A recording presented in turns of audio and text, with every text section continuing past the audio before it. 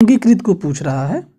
अंगीकृत, अंगीकृत का मतलब कि किस दिन उसे हम या भारत के लोगों ने या फिर संविधान सभा द्वारा कब उसे अंगीकृत किया गया, कब अपने उपयोग में उसे लाया गया। तो यहाँ पे अंगीकृत की अगर हम बात करते हैं दोस्त, तो अंगीकृत को 26 नवंबर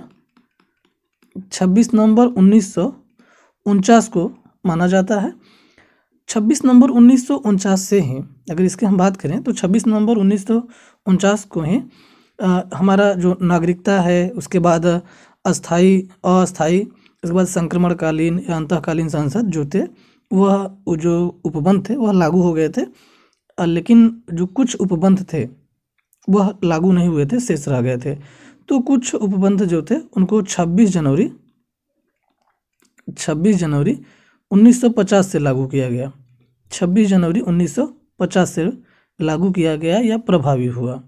तो अगर हम संविधान के संपूर्ण या पूर्ण रूप से लागू होने की तिथि की बात करें तो हमारा 26 जनवरी 1950 होगा, 26 जनवरी 1950 होगा। लेकिन अगर अंगीकृत की बात करते हैं हम तो 26 नवंबर 1949 को। तो इस तरह से हमारा जो विकल्प सही होगा वह विकल्प ए सही होगा। 26 नवंबर 1949 को संविधान सभा द्वारा संविधान को अंगीकृत किया गया। इसके बाद हम अगले प्रश्न की ओर बढ़ते हैं। तो हमारा अगला जो प्रश्न होगा दोस्त, हमारा अगला प्रश्न है कि 26 जनवरी के दिन संविधान को लागू करने का निर्णय इसलिए किया गया क्योंकि, प्रश्न कह रहा है कि संविधान को 26 जनवरी के दिन ही लागू करने का निर्णय क्यों किया गया, क्यों। तो यहाँ पे हमारा जो विकल्प है कि कांग्रेस ने इस तिथि को 1930 में स्वतंत्रता दिवस के रूप में मनाया था। इस तिथि को 1942 में भारत छोड़ो आंदोलन प्रारंभ किया गया था।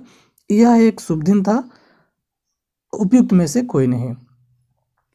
तो यहाँ पे अगर इस प्रश्न के हम फैक्ट को समझें तो देखिए यहाँ पे जो प्रश्न का जो उत्तर होगा कि कांग्रेस ने इस तिथि को 1930 में स्वतंत्रता दिवस के रूप में मनाया था, इसीलिए हम 26 जनवरी के दिन संविधान जो है लागू करने का निर्णय हम लिए। देखिए बात यहाँ पे अगर हम इसको तथ्य को समझें तो जो भारतीय राष्ट्रीय कांग्रेस था उसमें लाहौर अधिवेशन आपका दिसंबर 1929 में हुआ था, दिसंबर 1929 में हुआ था। तो उस समय पूर्ण स्वराज की भी घोषणा की गई थी, पूर्ण स्वराज की घोषणा की गई थी और 26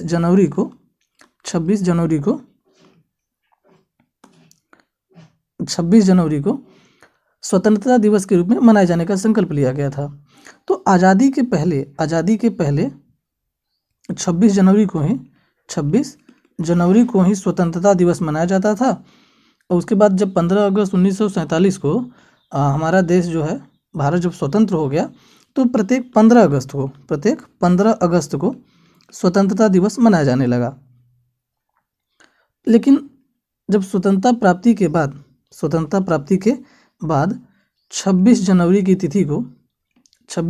तिथि को अविस्मरणीय बनाने के लिए, यादगार बनाने के लिए संविधान को 26 जनवरी 1950 के दिन ही लागू किया गया। इसके बाद हम अगले प्रश्न की ओर बढ़ें तो हमारा अगला प्रश्न है कि भारतीय संविधान को अपनाया गया था। अब पूछ रहा है कि भारतीय संविधान को अपनाया गया था संवैधानिक सभा द्वारा, गवर्नर जनरल के द्वारा, ब्रिटिश संसद द्वारा, डी है जो हमारा विकल्प भारतीय संसद द्वारा। तो यहाँ पे हमें बताना है कि जो संविधान सभा था उसको किसके द्वारा अपनाया गया था। तो जो हमारा विकल्प होगा, जो उत्तर होगा वह विकल्प हमारा संवैधानिक सभा द्वारा अपनाया गया था। तो यहाँ पे हमारा ऑप्शन ए होगा। जो इसके लिए अगर हम बात करें तो जो हमारा संविधान था वह 11वें अधिवेशन के द्वारा 26 जनवरी 1949 को भारतीय संविधान द्वारा 26 जनवरी 1949 को भारतीय संविधान द्वारा इसको अपनाया गया था। इसके बाद हम अगले प्रश्न की ओर बढ़ेंगे। हमारा अगला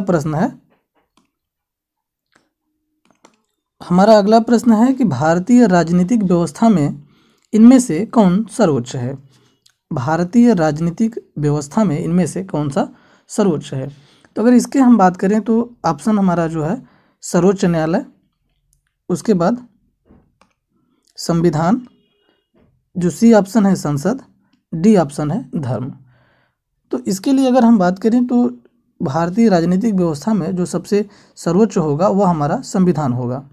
जो सबसे सर्वोच्च होगा वह संविधान होगा। इस संविधान इसलिए होगा दोस्त कि यही जो है राज्य व्यवस्था के स्वरूप और उद्देश्य का निर्धारण करता है।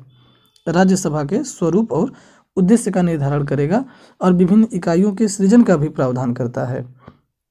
और जो हमारा संविधान ही है वह शासन के सभी अंग एवं अधिकार एवं शक्ति जो प्राप्त करते हैं। संविधान के माध्यम से जो हमारे शासन है और शासन के सभी अंग है वह शक्ति प्रदान करते हैं। तो इसका जो विकल्प बी होगा वह सही होगा।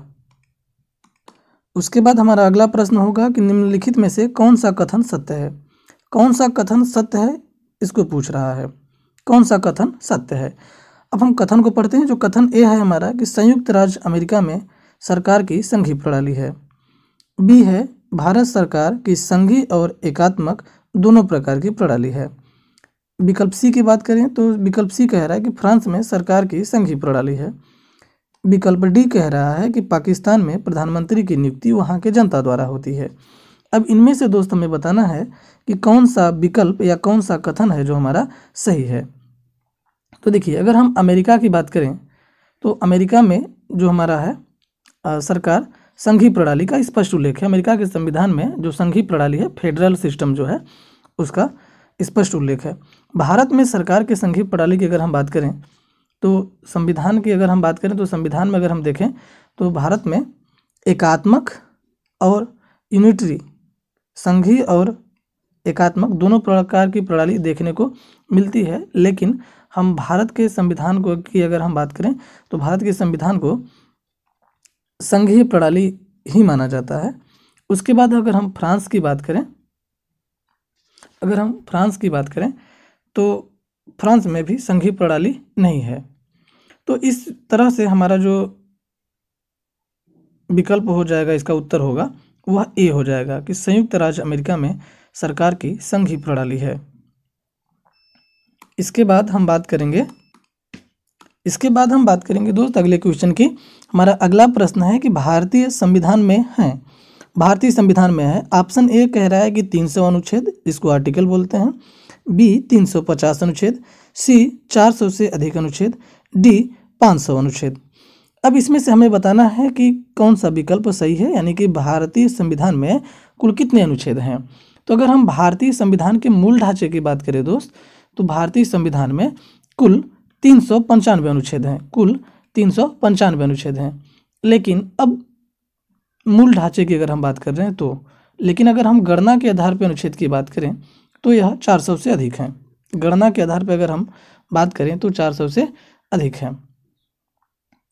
400 से अधिक अनुच्छेद हैं। अगर वर्तमान में इनकी संख्या की अगर हम बात करें तो लगभग यह 452 तक पहुंच गई है। लेकिन अगर हम मूल ढांचे की अगर बात करें तो 22 भाग और 395 अनुच्छेद और 8 अनुसूचियां हैं। तो इस तरीके से हमारा जो विकल्प सही होगा, देखिए अगर मूल ढांचे की अगर हम बिहाफ पे अगर क्वेश्चन का आंसर करते हैं तो 395 कहीं नहीं दिया है, ठीक है।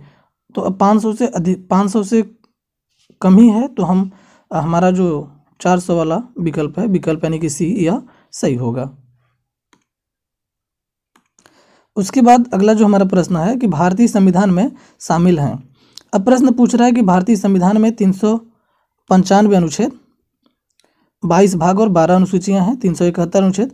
तो इसका अभी हमने हाल ही में चर्चा किया कि जो भारतीय संविधान में जो अनुच्छेद हैं उसकी संख्या 395 है मूल संविधान में, और 22 भाग हैं, और अनुसूचियों की संख्या जो है वह अब 8 से बढ़ करके 12 हो गई है। तो हमारा विकल्प ए जो होगा वह सही होगा। तो बने रहिए ऐसे ही प्रश्नों के विश्लेषण के लिए हमारे अगले वीडियो के साथ। तब तक के लिए बाय बाय।